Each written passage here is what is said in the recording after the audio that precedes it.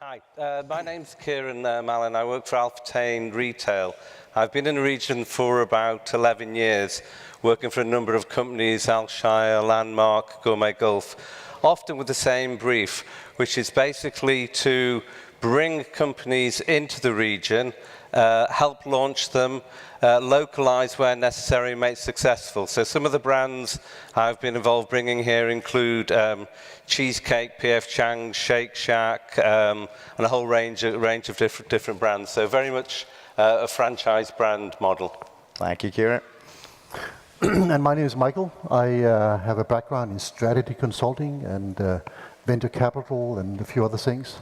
And right now I'm a director and advisor to different companies, including in the hospitality sector.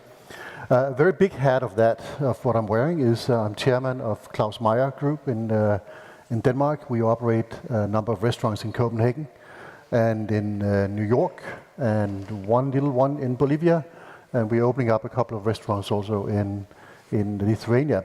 And I think I have a slightly different background than the other guys here, because I don't really know the region here. I'm not a restaurateur with 30 years behind me, but we sold a part of the business in Copenhagen to a private equity fund a few years ago.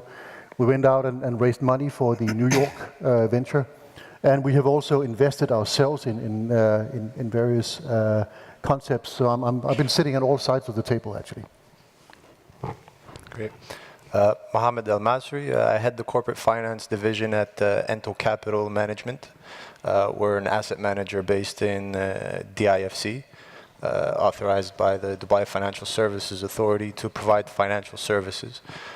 We also structure collective investment schemes, and one of our products is a food and beverage private equity fund where we invest in growth companies throughout the region. So today we have a F&B fund that we're working on, which is mainly why we're here, is to look for interesting concepts, growth companies in the region that want to expand regionally. So we do that actively since 2015. Afternoon, everybody. My name's David Singleton. I next week start my new role with Hard Rock Café, looking after Europe, Russia, Africa, India, and the Middle East. Prior to that, I've worked pretty much across many countries in America, England, Russia, Eastern Europe, and the Middle East, in the managed franchise, entrepreneurial, big brand, small brand sector. Essentially, I describe myself as a restaurant man. That's what I do. Hi, I'm Paul Hemming. I'm a corporate financier by background, and I've been looking at the leisure sector for the last 20 years. So I've seen at least 2 cycles of boom and bust across the market. I work with Alix Partners. Alix Partners is primarily an operational improvement business, looking at helping businesses, top-line improvement, operational efficiency, and cost control, which in the current market is important. I'm based in the UK, and there I do corporate finance, M&A, happy companies work in the right part of the cycle, but at the moment, the UK market's very tough. My colleagues in the US are finding it equally tough, and so we are very busy with restructurings, and we're restructuring a number of the brands you would know and love. So it's an interesting market. Thank you very much. The very quick survey by James just showed us that almost all of us expect a very challenging year, and one of the best ways to overcome a challenge is to do a deal. So today's panel is going to focus on how to do the deals, where to do the deals, around what concepts, what do we expect, what should we not expect, and I think we've got the perfect panel to address that. Kieran, should we start with you? In terms of concepts, what our investors today are looking in a very challenging market? I think the market here is maturing. Yeah. So if you go back 5 or 6 years, the developers wanted international brands. Mm-hmm. And so very much the corporates went and franchised. We look to the States, we see a whole range of stateside, and to the UK.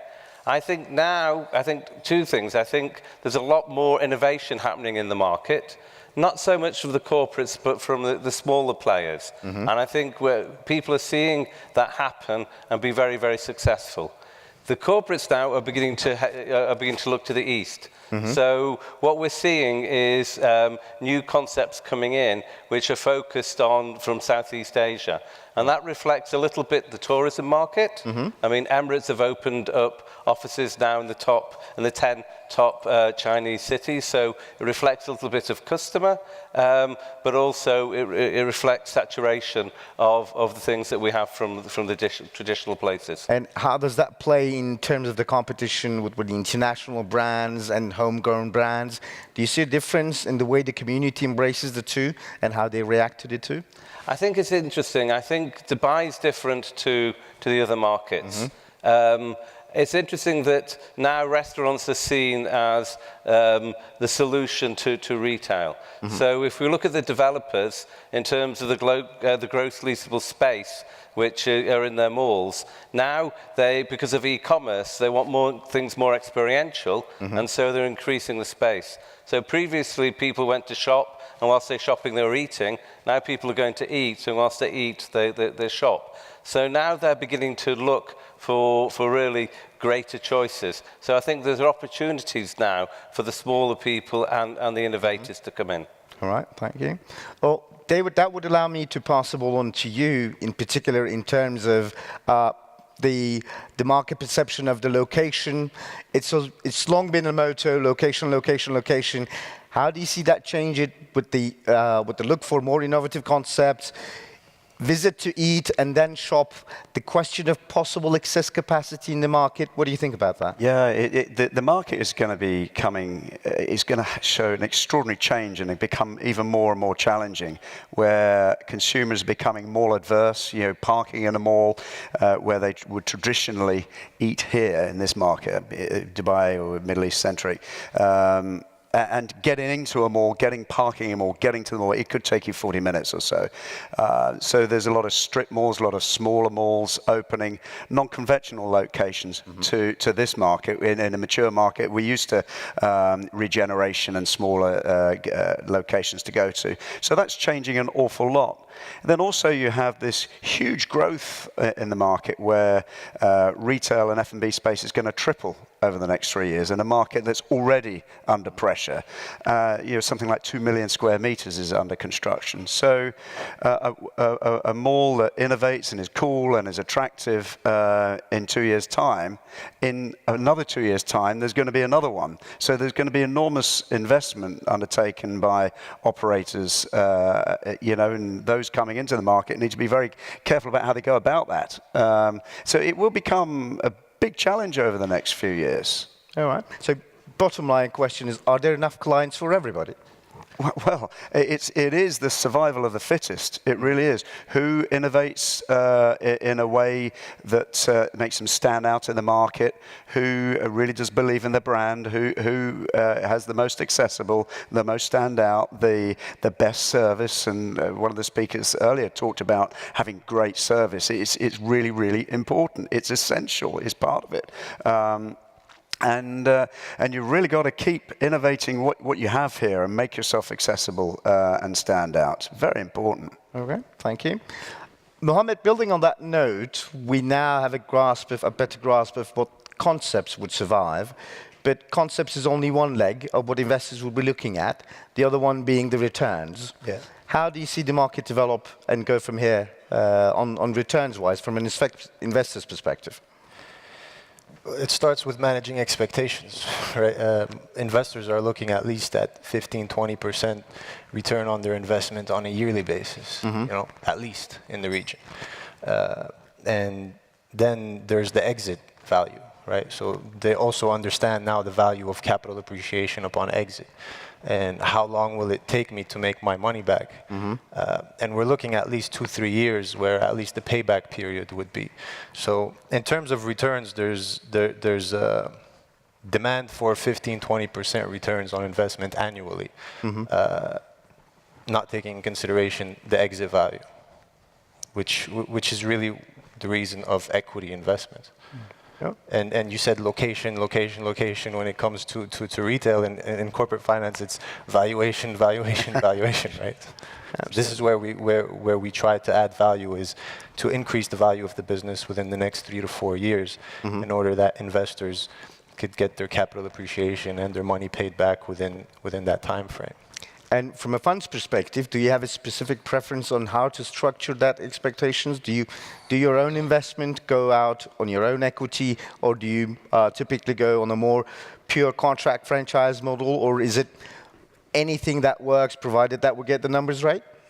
We do both in terms of investing in franchise rights, but these type of master franchisees or area developers need to be under a holding structure.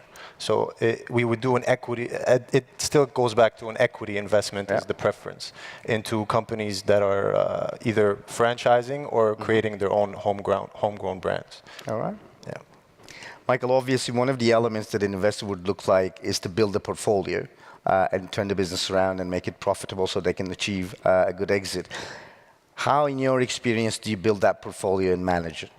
That's a very good question. I think that we take a slightly different approach than many investors, because we don't only see it as a capital appreciation and returns as you do, but also see the total value of what we do. So, for instance, when we came into New York, we set up a food hall and a restaurant in Grand Central Station with Nordic food, and I think that in many ways, nobody really knew what Nordic food was. Is it salmon, or what is it?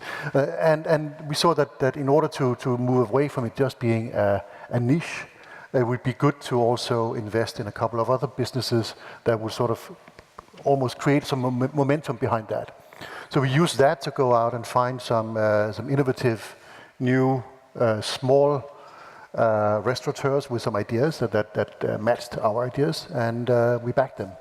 And now they're coming up, and we can see that they're now moving into the space where you say also that they start to make the money and can grow from there. But the initial was really to complement the portfolio and sort of strengthen the narrative, you could almost say, of the main focus of our business. All right. Obviously, different markets provide different challenges and opportunities, and Paul, you'd be perfectly placed to know that you're an M&I advisor, mainly the European and the UK market. How do you see the differences and similarities? There's a lot of competition and cost pressure in the UK market. Is Middle East still giving good appetite to as an exit? Well, I think the UK market is horrible at the moment, and the areas that people see as gold dust are the concessions areas, travel hubs, airports. And then they look at it and go, well, if my profits are going to be going backwards, and a lot of these businesses in the UK are private equity owned, so they've got a big driver. They've got to try and increase the profits quickly, otherwise they're quickly into problems. And they look at international expansion as a key part of that. Probably franchised, but definitely well thought through now. I think people have had the experience of going with their own franchise partner, either in the States or in the Middle East. So coming here, I think people are slightly, it's the Hail Mary pass. Can we get ourselves out of trouble by finding the right partner and opening, because they see the increase in space coming here and go, well, that'll be great. Now, the problem I see, having talked to these guys over the last few days, is if you're trebling the amount of F&B space in the next few years in a market that every time I come here seems to be more oversaturated with F&B offerings, how do the people make money and continue to make money out of these offerings? And I know it's a slightly different market, and I know that there's some very deep pockets, but if I'm finding a franchise partner, you're probably going to go to the bigger parties, and it's going to concentrate down on that, because you want people who can live with these outlets that aren't going to be making a lot of money for them, over a period of time until the demand comes and matches the actual infrastructure that's there. So, I think UK companies will continue to want to come here because it's an extra source of revenue.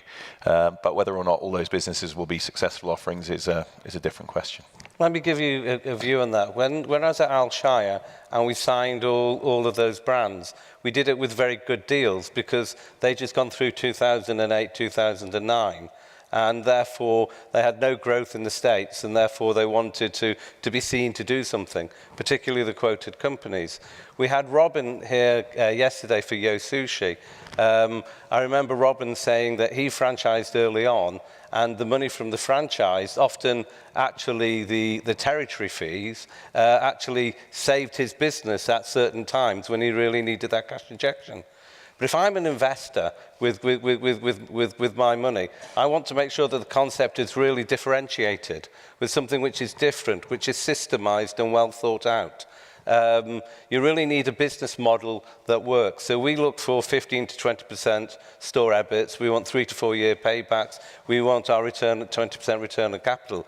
You want to make sure that whoever you're going in has that business model. It's not a wing and a prayer. Years ago, I used to work for the restaurant group, and we used to look at concepts that were doing very, very well. And we always used to say that if there were owner concepts, they could open 5 restaurants on adrenaline. Between 5 and 10, they need systems, and after 10, they need management. And we bought a couple of groups, Est, I don't know if you remember it, and some of those. And they hadn't got, those systems. We made some people very rich, but actually we made some good investments. It's really seeing people queuing outside the door, and you say, right, they've got something that people wanted. When Al Shire signed Shake Shack, they had 2. 1.5, because Columbus Avenue had just opened. But they had massive and massive queues, and it was funny, because the first one was literally a shack. And when they did the second one, they put in 3 extra tills, and there were no queues. And Danny Meyer's going, we're failing. There's no one outside, But actually, he just systemized. So you have to really choose very, very well. And it's concepts which have that difference. And we can see now there's concepts in Dubai, Nolas, Mythos, etc. And if you go the customer journey to those restaurants, you go into a hotel, you go down in a lift 2 floors, you go across a car park, and you go round the back of a building. Now, if someone said to me, Kieran, do you want to sign those sites? I'd shoot them. I'd be there going, you must be mad. But they have, intrinsic customer demand. And that's what people want to invest in, is things that people really, really want. And I have to say that if I look in the Dubai market, those things are being created by the small boys. It's not necessarily the big franchise brands which are coming over now and doing it. Sorry, Emma. It's interesting because my American colleagues are all going, they've been predicting the death of casual dining in the States, where it's going into small, fast casual, different areas of the market where demand is taking it. And so, these bigger brands just have lost the appeal. There's a mass of them, and it's very difficult to differentiate yourself. Yeah, and I think the days of, when you were around in those days, Kieran, signing the big brands, this was an undersaturated market then. And of course, you have these big global brands arriving, and there's enormous demand. It's new, it's exciting, it's brilliant. And then over time, you have the brand owners back home now saying, well, why aren't you growing? Why aren't you building? There are buildings and malls and villages and cities being built. Why aren't you going into them? And frankly, I operated some of those big brands. I'm simply not going to go into a mall that is already oversaturated before it's open. We've got these guys, who would just think, they call the doctor on us. It's just ridiculous. How many coffee offers can you have? How many casual Italian eateries can you have? How many browsers do you have? And your point is right, Kieran. There's this emergence now of these cool entrepreneurs who are here, they've grown up here, and they've seen, they know what's right for their own country. And so homegrown, and I talked about it the other day, homegrown is king at the moment if you get it right. And there is a lot of money there for them if you've got the right idea, if you've got the right location, and you've got a good business plan. you'll win here. And as a restaurants man, you're surely at the front line of the challenges that restaurant businesses or F&B businesses are facing, such as discounting, dropping footfalls. How do you deal with them on a day-to-day basis as an operator? It's really difficult, you know, and we've all been talking over the coming days, and I just hope we don't get into. I will answer your question, but I hope we don't get into this position in 2-3 years' time where we have built up these big brands and chains here, because I think there's a real risk that we become oversaturated and people will start pulling the plug at some stage. You know, it is a crystal ball thing, but there is a real risk where you've got 7 new malls opening within 30 kilometers of each other. It is absolutely unfathomable. It really is.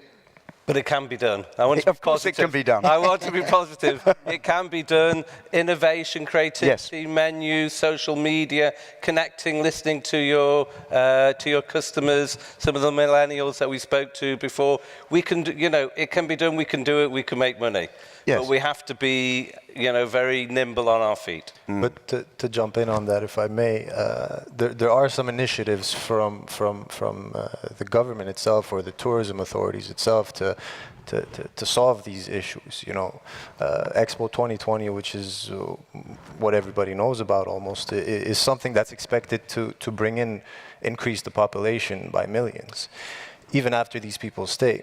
So yes, there's a big danger to the increased in retail supply that's on the market and the commercial malls that are coming up every now and the new developments that are being announced, whether they fall through or not. There's an increase in supply within the next 2 years, which is to accommodate to these initiatives. I agree. So it might serve us well, and like I said, it's a crystal ball.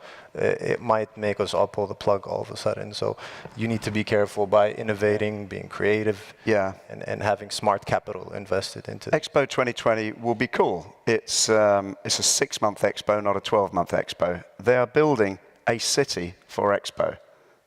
I mean, it's extraordinary development. It really is. With everything you need: a shopping mall, exhibition halls, a metro station, a community, retail estate. It's a 6-month expo, which will then shut down, and then they will re-energize it, and it'll open it up as a town. And I was asked 4 years ago when I came here, David, how are you going to prepare for Expo?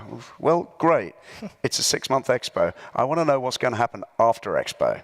Yeah, because we've built this infrastructure and this whole new community. That's what really interests me. I advised against going in the portfolio that I had because I would never have made any money going in there. But it's an extraordinary thing for the city and the country. I'll close on that by just saying, trust in the leadership. Sure. No, I do. They have incredible vision. Kieran, maybe an interesting question, and I'm sure you'd be perfectly positioned to handle that particular angle. We see in this market that some of the operators are also developers. Yes. And one of the major challenges for an operator is increasing real estate cost. The lease is going up. So if you have 2 hats, how do you manage that? Yes, it's a question which people see, because we see the developers, MAF with the restaurant division, Al-Shire with the restaurant division, and so on. I work for Futtaim, which has Festival City and other major developments in Doha and in Cairo. And as an internal customer, I do expect to get a little preference when it comes to the best locations. Right. You also see, and I've experienced this a lot, is that when the mall developers are developing their new malls, they'll go to the big groups and they'll say, okay, they want to have it 30 or 40% leased before they break the ground. But what we're seeing now is a multiplicity of sites. So we're seeing, a lot of leisure developments. We're seeing all of this. So if you get your location right with something that really attracts, it can work. But the other thing that's happened is, and a few people have mentioned it over the 2 or 3 days, the rents seem to be going up in one direction. And as experienced operators, we can manage our GPs very well. We can manage our labour. but it's that rental line which is very much the more difficult one, because it puts all of your break-evens to a level where you need to trade very well from day one. Absolutely. Absolutely. Mohammed, maybe that's where, or one of the items where a private equity or a financial investor can add value to the company, because you're not just seed money or funding to the company, you also bring a different expertise. Yes. We try to bring as much as possible access to finance and follow-on investments in order to expand your company, but also strategic management, which is expanding into new markets such as Saudi Arabia, finding the right locations, knowing who to deal with, who not to deal with in terms of business models. Also, you have this requirement for opening new markets, whether it's in Saudi Arabia and Kuwait. But again, because Dubai has high rental rates, this is killing most of the bricks and mortar types of restaurants, which is innovation and creativity is key to going digital and relying mostly on delivery and catering. So we provide this expertise not just by ourselves, but through partners that we work with, operational partners that take on the role of operating this portfolio of companies. And with a portfolio, you have, by being a part of a portfolio as a restaurateur or a business owner, you have negotiating power because you're going there with a bunch of brands or businesses and negotiating a certain lease rate, or even with suppliers. Eventually, you can get into the shared services business. So there's a lot of strategic advantages by being a part of a private equity portfolio, making sure that the fund manager and the fund manager's advisory board are the right people. There's always, of course, the human element to it. Your typical partner, the restaurant owner, is a visionary and innovative. Yes. And you come in as a financial player with an exit timeline of, say, 3 to 5 years, maybe 7 years. You want financial discipline, so that surely creates some tension. Is there a teaching element? How do you deal with that on a day-to-day basis? Well, we have to take it as it comes. It's really being empathetic to the business owner, having some emotional and intelligence when it comes to these things, because this person built his business from the ground up. It's his concept, it's his vision. As you saw how enthusiastic these entrepreneurs are. So you have to just be empathetic to what they're doing. So this is one way of dealing with it, because you're tapping into their finances. But then another way is really educating on how the process works, and it's a process that you have to go through if you want to grow. You have to go through various capitalization stages until reaching the valuation that you want. And some entrepreneurs, they come to us wanting to grow at a certain valuation, but here again you have to be empathetic while at the same time trying to, it's like a slap in the face when you tell someone your company's not worth what you think it is. So there are various human challenges, and it really comes down to emotional intelligence, I believe, and being empathetic to the other side. Michael, you were going to add something on that? Yeah, I was just thinking that it comes down to the due diligence also you do before you go in. Yeah, and I think that a lot of what I've seen in a lot of investors, especially those who don't come from this industry, and they've seen all these deals that are being made to come in, and they don't quite understand what they're getting into. And I think that they don't understand the complexity of the business, and they don't quite understand, if it's a smaller business, the personality that drives it. And I remember last year when Stuart, now I think ex-CEO of Gordon Ramsay's restaurants, said that they have been going down the road for quite a while until they found out they were not ready to take investors on board. So I think it's also up to the investor to challenge the restaurateur, the entrepreneur, to see, are they really ready to have somebody sit there and say no? And I don't think they always are. Usually they're not. No. So Paul, as an M&A advisor, how do you prep the owners for that process? Because it's a completely different mindset coming in from the investor, perhaps something they see for the first time. Yeah, undoubtedly. I mean, I think the most important thing for the young entrepreneurs is to put somebody who's operational and experienced beside them. And a lot of the concepts that we see that are successful coming from just an idea through to growing into a substantial business have somebody like that beside them. And it's whether or not they're open to that. So you can tell very quickly when you start introducing them to individuals whether or not they're interested. When it comes to private equity, they tend to fall into two categories. One is they just want dumb money. And when I say dumb, that's not, these are bright guys, but they just don't really know the business, and they don't really want somebody who's going to challenge them on that purely the business they do. And the other ones want a more inclusive investor, somebody who really understands the business, who themselves will ask value, who will challenge them more.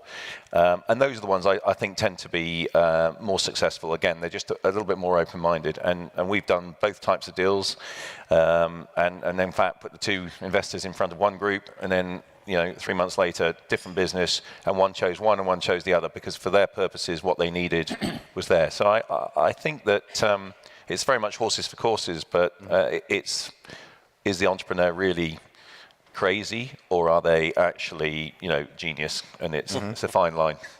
Yeah, well, always. Yeah. Naturally, once you build up your final location, you invest in, it all goes well, but at some point, people want to exit. Yeah. And we see different models being applied. In your experiences, what has been the preference? I know IPOs has been a recent road. Yeah. Sale to strategic is always an option, perhaps the most classical one. But perhaps another secondary deal to another private equity house or a financial investor. How do you see things moving between those three in this market? I would say that from our side, we've been involved in trying to procure existing companies of various scales. And that scale could be 10 restaurants, 20 restaurants, more. We always work on a multiple of EBIT, kind of say fine, and then how forecastable is it going ahead for 3 or 4 years? Yeah. And people always want to sell us the pipeline of sites, and we say, no, sorry, it's great that you've signed the leases, but this is today's money. That was slightly changed by a certain company that's on the quoted stock exchange here, which I shouldn't really name. And they overpaid very much for a certain Lebanese concept. Yeah. And that put it in everyone's mind. So, oh, right, I get this multiple. This is a multiple of the market. And actually, it wouldn't be a multiple that we would pay. Yeah. So we have our, kind of, and having worked for 2 or 3 companies, I've seen everything, right, 5 times, 6, 7, but not really over that type of amount. So if people understand that, they should know what their, what their topmost value is. Yeah. It's true, because these types of transactions have kind of disturbed the market, or destabilized the valuation expectation of the private equity and M&A market in the food and beverage sector in the region. Yeah. So 100%, there's a big destabilization that in the expectation of individuals or the business owner's valuation expectation. Yeah. I mean, there was an example in the UK. I used to work for Landmark with the family, with the Jagtiani family, and they were approached by Honey after they had bought Pizza Express.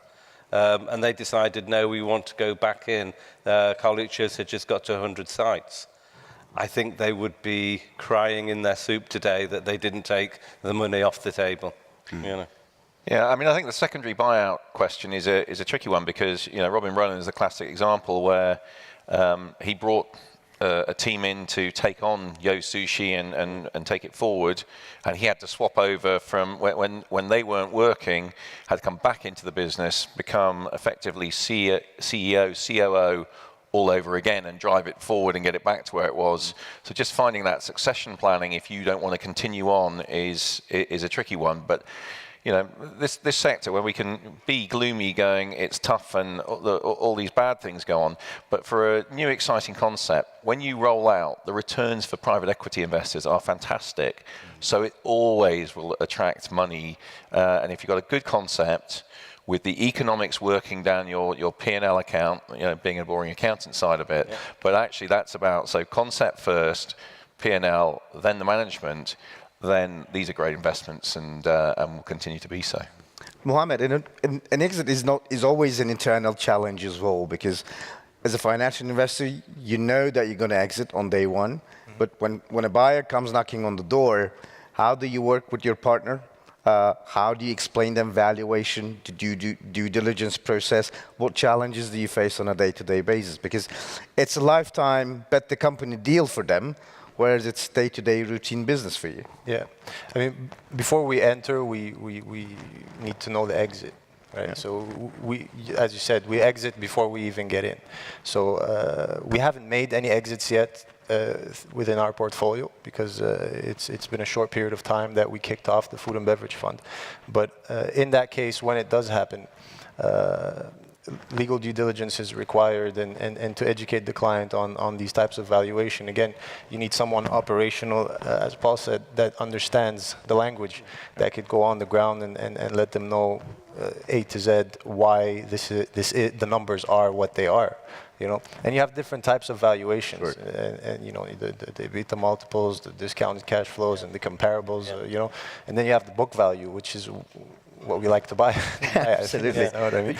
So for them to understand why you're buying at book value and why the stages of capitalization need to happen until you exit fully, it takes a fair amount of time. We had one example in the last month where they wanted us to pay book value, which was, I think, 20 million dirhams, and they're making 1.5 EBIT. And without going, no, it doesn't work. And it's like, in we've those invested cases, so it much doesn't, in the brand, and I'm then going, no. Yeah. But this is the idea. It's a thin line. How do you compare a business that's EBITDA positive, for example, making a couple million dirhams, when its assets on the book is worth 20 times its EBITDA? So again, the owner has another dilemma where, you know, I'm actually giving away my assets. But there's a difference also when it's cash out or cash injection, right? So am I buying out the company fully and giving you cash in your pocket? Then I believe book value is fair. But if I'm injecting cash into the business, then you need to expect a dilution and certain valuations to take place. And I believe I guess that answers the question between EBITDA multiple and book value. All right, thank you, gentlemen. I see that we run out of time, but I think we can take a couple of questions from the audience, if there are any. Al-Shaya, who has gone very successful, particularly with Starbucks, have remained in their microcosm. So when you compare the Burger King franchisee out of Turkey, who operates China and is listing in New York, are we too confined within the markets, within our own periphery, or there's opportunity in broader geographies for franchisees and companies to do deals within broader Middle East, Central Asia, etc.? Because everything is around the GCC, and I find that a bit limiting in your growth ambitions. I think we will see more of that, Kieran. But I think the really important thing is to be focused in where you are, and I think you, as a controller of all this, would want to see that, you know. And one of the reasons for a long time I didn't even look at going into Saudi Arabia and Doha, for example. I'm here in the UAE. That's where my core business is. That's where I need to concentrate, because that's where my growth is. The minute I start going into Saudi, into Egypt, into Cyprus, into North Africa, into these other places, your talent can only go so far, and if you want to grow it and grow it efficiently, I think it's important to really build a solid base from where you are, and only then grow. And I think it's only in recent years we've seen Al-Shaya grow. MAF have got intentions now to grow into the wider region, into Africa and other places. But it takes a while. Al-Shaya went into London with Shake Shack, and they, for them, it was a bit shock. You know, cost of labour. Yes. Our cost of labour here, full-time equivalent, we know what we're doing. You know, when they went in there, I think we can safely say it was a massive learning lesson. And just to back up what David has said, I've done the opposite, where we've grown brands throughout the GCC, but you have to put the infrastructure in, because you're as good as your last meal. So you have to put an operations infrastructure in. You probably need to put a procurement infrastructure in. So you just have to, kind of understand that the costs come before the revenue, and the revenue comes before the profit. And sometimes that's separated by a number of years. It's extremely complex. Sorry, guys, we do need to jump in here. We're running a bit over time, but if we can wrap it up, that would be great. Thank you. But we're enjoying ourselves. Sorry. Unfortunately, we're already going to be running pretty behind anyway. So. All right. Well, I guess we'll call it a day. Thank you very much, everyone. It's been a pleasure. Thank you. Thank you, and we'll see you around. Thank you. Cheers.